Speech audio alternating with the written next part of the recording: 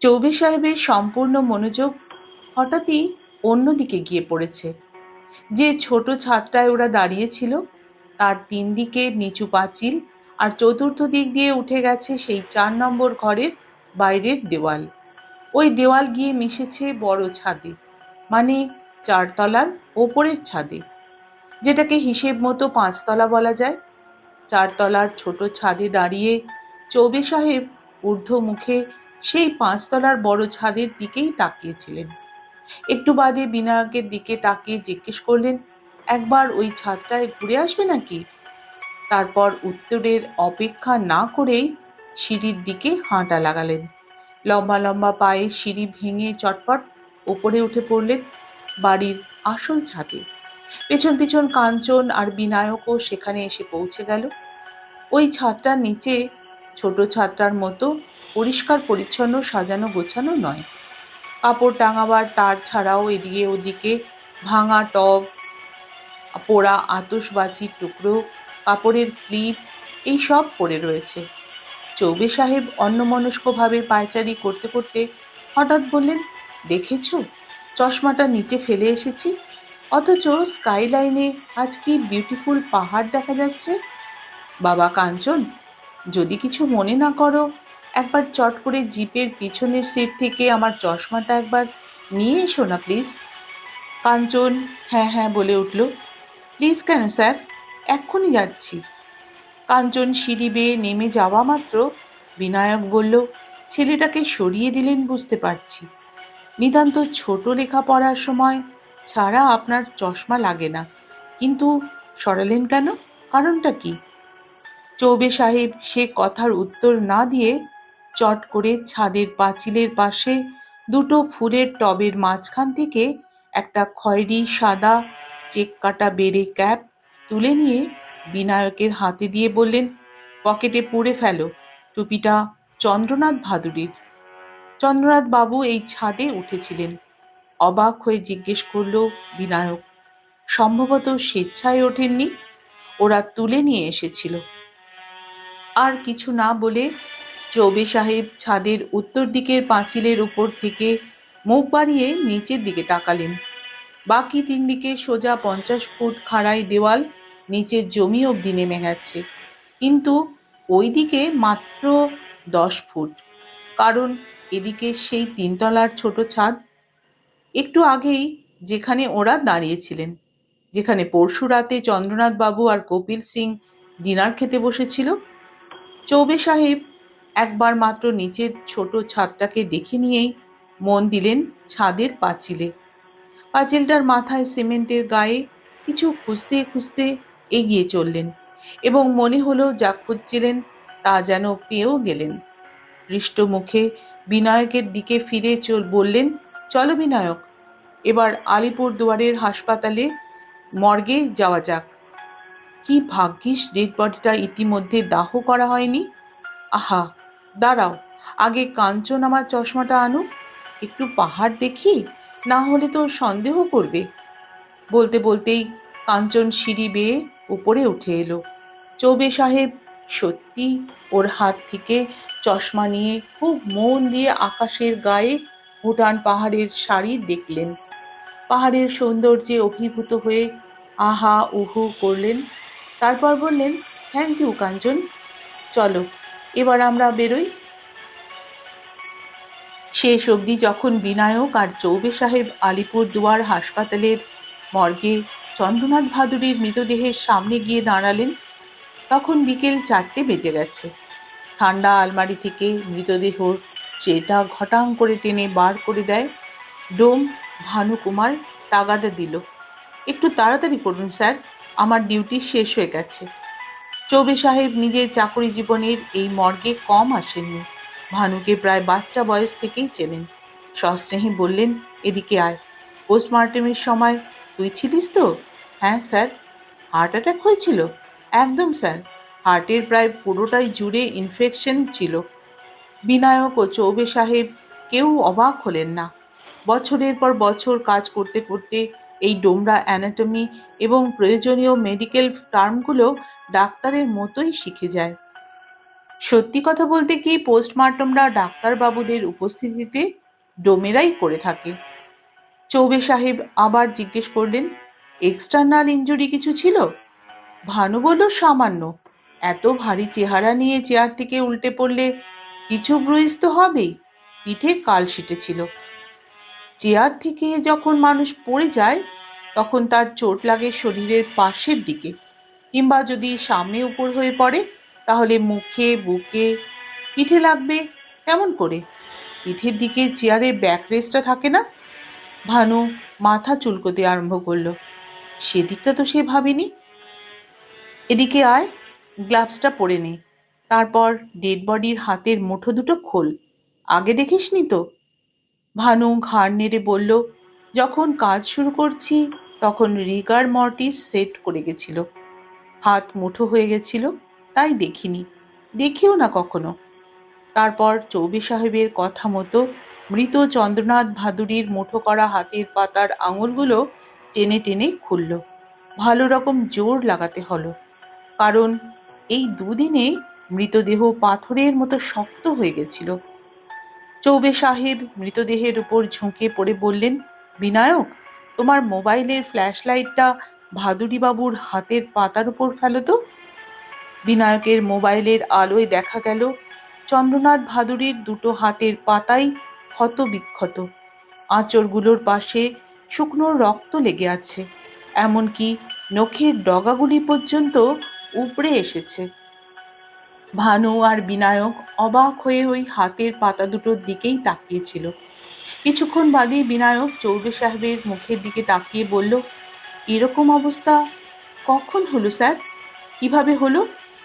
চৌবে সাহেব বললেন, কখন হলো এই প্রশ্নের উত্তরে এইটুকুই বলতে পারি, হয়েছে ডিডে সই করার পরে, এমনকি খাওয়া অর্ধেকটা হয়ে যাওয়ার পরে। কারণ বুঝতেই পারছো, এরকম ক্ষতবিক্ষত হাত দিয়ে কেউ কলম ধরতে পারে না। রুটি ছেঁড়াও তো আরোই কঠিন। আর কিভাবে হয়েছিল সেটা একটু বাদেই বলছি। তারপর চৌবে সাহেব ভানুকে বললেন, আমরা বেরিয়ে যাচ্ছি বুঝলি, তুই সব গুছিয়ে বন্ধ করে চলে যা।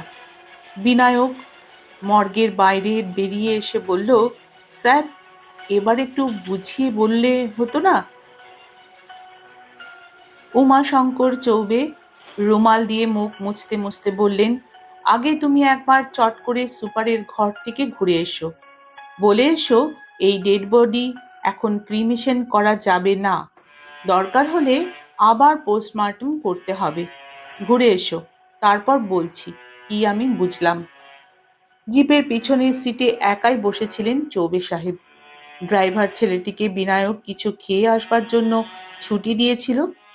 সুপারের অফিস ঘরে ঘুরে এসে বিনায়ক চৌবে সাহেবের পাশের সিটে উঠে বসে বলল, বলুন স্যার।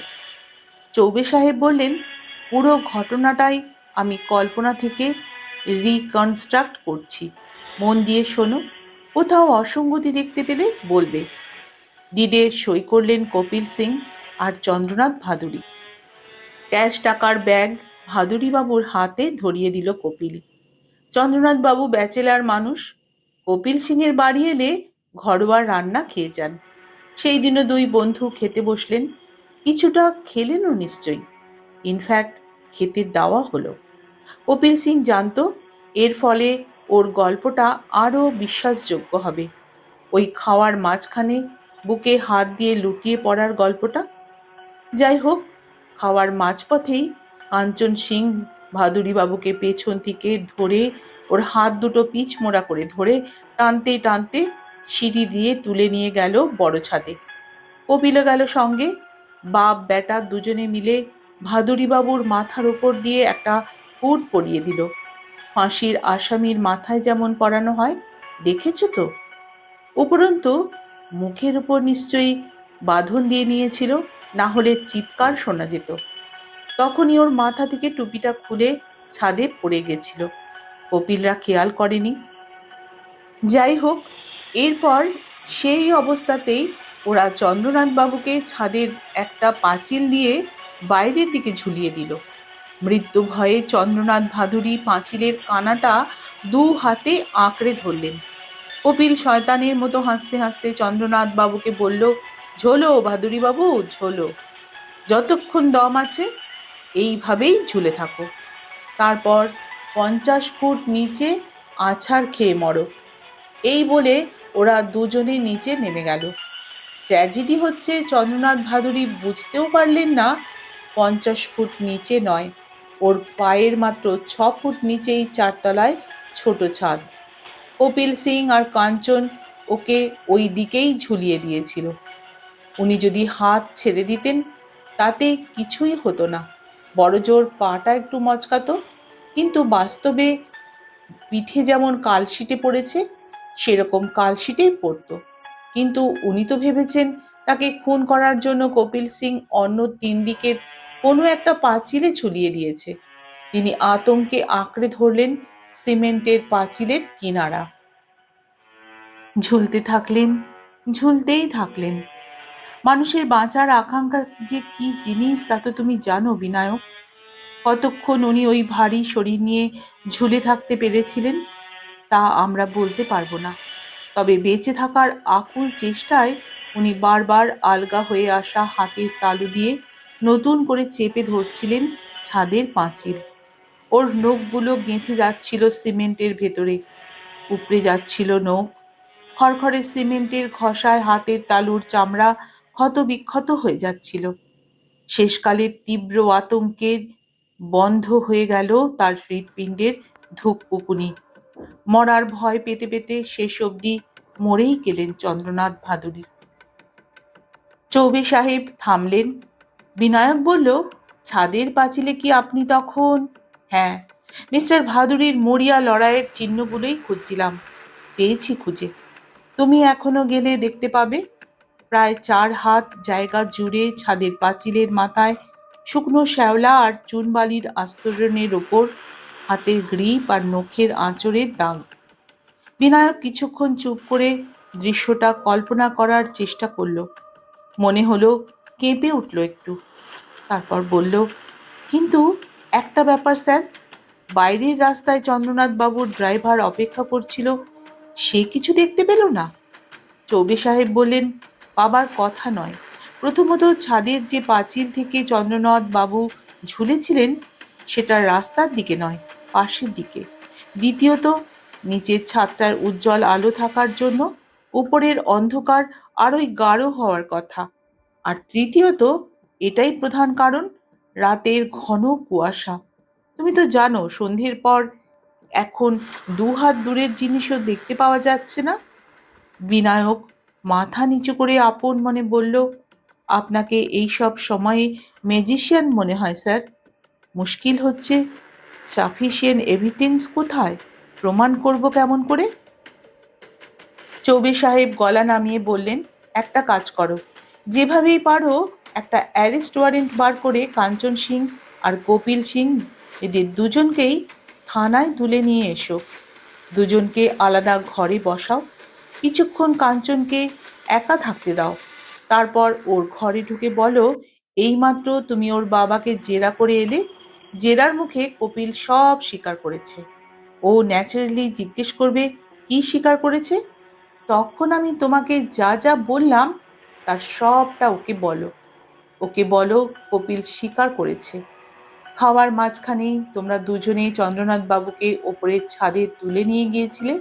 তারপর ওর মুখে পট্টি বেঁধে হুড দিয়ে পুরো মাথা ঢেকে পাঁচিলের কিনারায় ঝুলিয়ে দিয়েছিলে। বলো কিছুক্ষণ স্ট্রাগল করার পর উনি হার্ট অ্যাটাকে মারা যান। আর এই সবটাই তুমি তখনই কপিল সিং এর মুখ থেকেই শুনে আসছো। দেখবে তাহলেই ও ভেঙে পড়বে। জিপ থেকে নামতে নামতে চৌবে সাহেব বিনায়ককে বললেন, কি রেজাল্ট হলো জানিও। জানিয়েছিল বিনায়ক। সেদিন রাতেই ফোন করে জানিয়েছিল কপিল সিং আর তার ছেলে দুজনেই আলাদা আলাদা করে একই জবানবন্দি দিয়েছে। আর সেই জবানবন্দির সঙ্গে চৌবে সাহেব ঘটনাটাকে যেভাবে রিকনস্ট্রাক্ট করেছিলেন তা হুবহু মিলে গেছে। ওরা অবশ্য তারপরেও বারবার বিনায়কের কাছে জানতে চাইছিল, বিনায়ক এত সব জানলো কেমন করে? চারপাশে কোনো আই উইটনেস তো ছিল না। তুমি কি বললে? সকৌতুকে জানতে চাইলেন চৌবে সাহেব। আমি বললাম, একজন ম্যাজিশিয়ান এসে আমাকে সব বলে দিয়ে গেছেন। Good, very good. মুচকি হেসে ফোন রেখে দিলেন উমাশঙ্কর চৌবে। হাতের মুঠোয় মৃত্যু এই গল্পটি আজ আমার এখানেই শেষ হলো। এটি লিখেছেন সৈকত মুখোপাধ্যায়, গল্প পাঠে আমি নন্দিতা। বন্ধুরা, তোমাদের অসংখ্য অসংখ্য ধন্যবাদ এবং এক রাশ ভালোবাসা আমার গল্প পাঠ শোনার জন্য এবং আমাকে এতটা ভালোবাসা দেবার জন্য।